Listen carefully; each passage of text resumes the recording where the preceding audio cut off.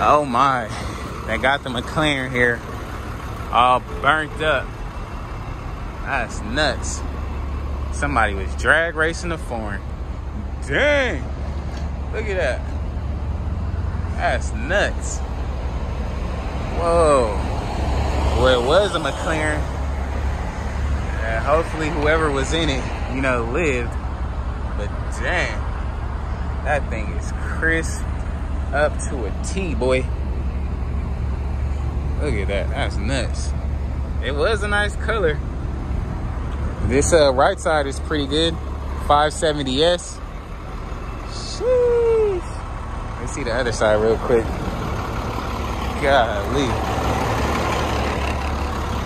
That's crazy.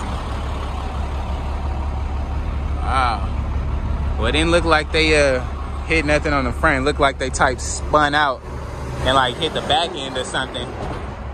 But God, thing is pretty whoop now. Goon Squad or somebody might be able to bring it back together, but I think this one's gonna be a dud for now.